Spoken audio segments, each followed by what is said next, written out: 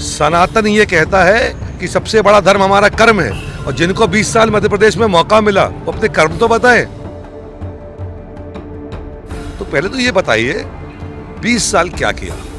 इस सब बातों पर, जबलपुर की उपेक्षा पर अगर शिवराज जी बोले तो मैं मानूंगा कि उनने सही अपनी नैतिकता का परिचय दिया। मैं मां नर्मदा से ये प्रार्थना करता हूं कि शिवराज जी जबलपुर आए तो सच बताएं। मध्य प्रदेश में छिड़ चुके सियासी महासंग्राम की तपिश देखने लायक है और जबलपुर पश्चिम भी हॉट सीट है, जहां मौजूदा विधायक लगातार 10 साल से विधायक तरुण भनोट के मुकाबले के लिए राकेश सिंह मैदान में है और ज़बरदस्त चुनावी मुकाबले की बात कही जा रही है। लेकिन यहां पर जबलपुर पश्चिम में राहुल गांधी भी एक पदयात्रा करने जा रहे हैं। जबलपुर की पश्चिम और पूर्व में ये पदयात्रा आपको क्या लगता है कि किस तरह से गेम चेंजर साबित हो सकती है? देखिए, राहुल जी हमारे शीर्ष नेता हैं और हम सबके लिए बड़ी खुशी की बात है। मुझे तो याद है जब 2018 का चुनाव शुरू हुआ था तो उनने सबसे पहले मध्य प्रदेश में मां नर्मदा का पूजन गौरी घाट के तट पर आकर किया था और उसके बाद कांग्रेस पार्टी को सफलता मिली थी। तो ये हम सबके लिए हर्ष का विषय है। उन्हें पूरी भारत जोड़ो यात्रा अभी की, वो भारत को जोड़ने की, लोगों को जोड़ने की और हर वर्ग के काम की, विकास की बात कर रहे हैं। किसी नारे नहीं हो, जुमलेबाजी ना हो, सबका भला हो और सरकार में सबकी सहभागिता बराबरी से रहे। तो इससे बड़ी खुशी की बात क्या हो सकती है कि वो जबलपुर पश्चिम विधानसभा क्षेत्र में आ रहे हैं। हम सब बहुत खुश हैं। जबलपुर पश्चिम विधानसभा क्षेत्र हमारा परिवार है। हम सब एक पारिवारिक माहौल में यहाँ पे रहते हैं और परिवार के सब सदस्य खुश हैं कि राहुल जी जैसा व्यक्तित्व इस क्षेत्र में पदयात्रा करने के लिए आ रहे हैं। जी, शिवराज जी भी पदयात्रा करने जा रहे हैं जबलपुर शहर की विधानसभा। शिवराज जी तो 20 साल से कर रहे हैं और क्या किया है ये मध्य प्रदेश के लोगों ने देखा है, जबलपुर के लोगों ने देखा है। मैं ये आशा करता हूँ कि वो मुख्यमंत्री के पद पर है, भले ही किस तरीके से बैठे हैं इस बार वो जानते हैं, उनका दिल भी जानता है कि सरकार उनने कैसे गिरा कर कैसे बनाई से सत्ता हासिल करने के लिए। मैं मां नर्मदा से ये प्रार्थना करता हूँ कि शिवराज जी जबलपुर आए तो सच बताएं। 3,500 करोड़ के काम, कैबिनेट की बैठक कमलनाथ जी की जबलपुर में हुई और संस्कारधानी जबलपुर के लिए स्वीकृत हुए। उसके बाद सरकार गिरा दी गई कमलनाथ जी के। वो काम क्यों रुके जिनका बजटीय प्रावधान हो गया था? इसका जवाब शिवराज जी अगर जबलपुर की जनता को देंगे तो मैं ये मानूंगा कि वो इतने लंबे समय तक मुख्यमंत्री के पद पर रहे, वो अपना नैतिकता का परिचय देंगे। चाहे टाइगर सफारी की बात हो, चाहे मां नर्मदा रिवर फ्रंट की बात हो, चाहे यहाँ बनने वाले शास्त्री ब्रिज के ऊपर नए फ्लाईओवर की बात हो, चाहे हमारी मेडिकल यूनिवर्सिटी के अंतर्गत गवर्नमेंट डेंटल कॉलेज और उसके साथ सुपर स्पेशलिटी डेंटल हॉस्पिटल बनने की बात हो, चाहे हमारे गढ़ा क्षेत्र में मल्टी स्पोर्ट्स कॉम्प्लेक्स बट्टा दादा मैदान में बनने की बात हो, बहुत सारे अनेक ऐसे काम जिनका बजटीय प्रावधान किया गया, चाहे हमारा गुरु नानक देव जी का जहाँ पे आगमन हुआ था, ऐतिहासिक गुरुद्वारा नर्मदा के उस तट पर हो, उसके वहाँ पर सिख कल्चर सेंटर डेवलपमेंट करने की बात हो।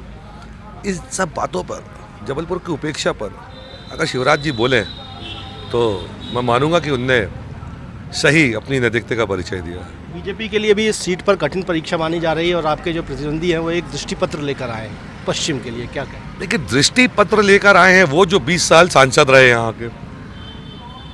हर व्यक्ति संस्कारधानी जबलपुर का जानता है कि जब कोई भी व्यक्ति उनके पास जाता था तो उनके मुख से एक ही बात निकलती थी, ये मेरा विषय नहीं है। तो पहले तो ये बताइए 20 साल क्या किया, जबलपुर पश्चिम विधानसभा क्षेत्र के लिए क्या किया? कौन सी रोड, कौन सी नाली, कौन सी पुलिया, कौन सा कॉलेज, कौन से स्कूल का उत्थान किया? किसके सुख दुख में आप साथ खड़े हुए, किसके कंधे पे आपने हाथ रखा, किसके दिल से दिल मिलाया? ये जवाब तो देना होगा। और जब आपका विषय नहीं था तो आज जनता भी सोच रही है कि जनता का विषय क्या है।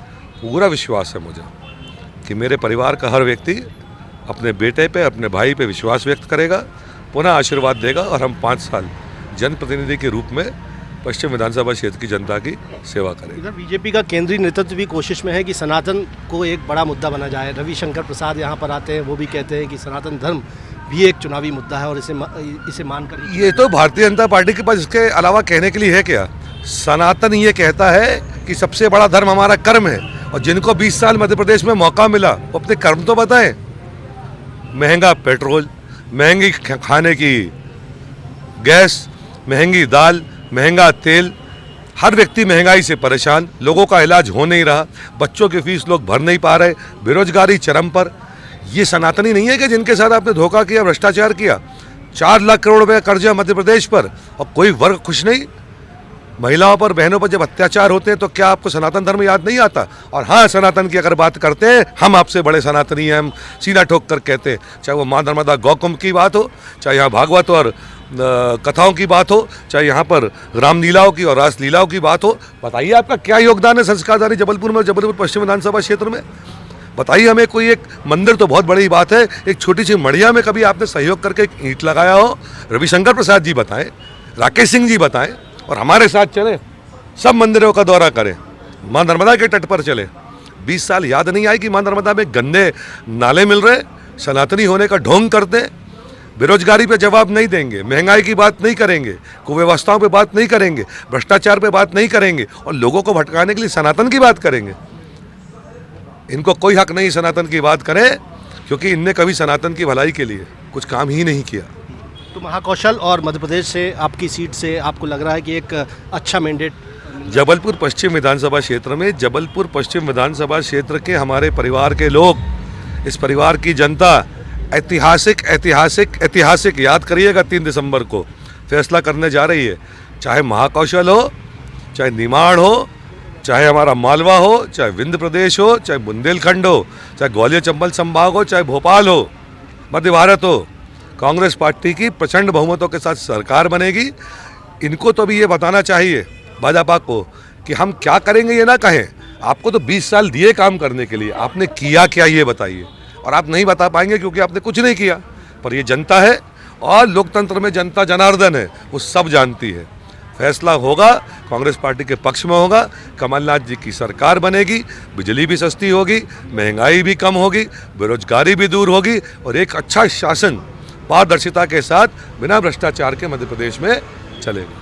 बहुत बहुत शुक्रिया। हमने बात की पूर्व वित्त मंत्री तरुण भनोट से, जो कि जबलपुर पश्चिम से एक बार फिर चुनाव मैदान में है। अपने ही अंदाज में खुलकर सत्ता पक्ष पर निशाना भी साध रहे हैं और कह रहे हैं कि वो क्या मुद्दे हैं जिनको लेकर कांग्रेस चुनाव मैदान में है। एक बार फिर जबलपुर पश्चिम महाकौशल से कांग्रेस को बड़ी बढ़त मिलने का दावा कर रहे हैं। हालांकि 3 दिसंबर बता देगा कि इन दावों के मुताबिक जनादेश क्या आता है। कैमरामैन सतीश सराठे के साथ विजेंद्र पांडे, IBC 24, जबलपुर।